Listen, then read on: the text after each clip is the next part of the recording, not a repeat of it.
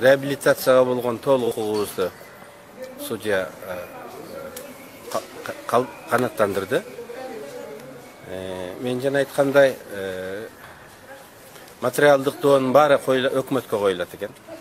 Мен айлык маселе болобу. 3 жылдан 4 жыл түрмөдө отурдук. Айлык маселеси болобу, башка маселелер болобу. Мен эсебим боюнча бир 4 миллиондой сом болот экен. Мен жана айткандай, андан баш тартам.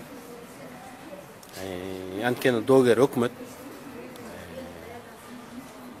Моралдык компенсация төлөсөк, же айлык башка маселелерди көтөрсөк, бул өкмөт төлөп берет экен.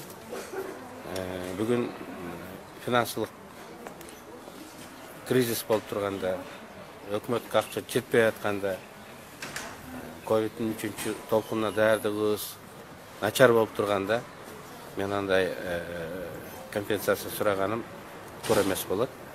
Мен аны андан элдин пайдасына мындай баш тартам.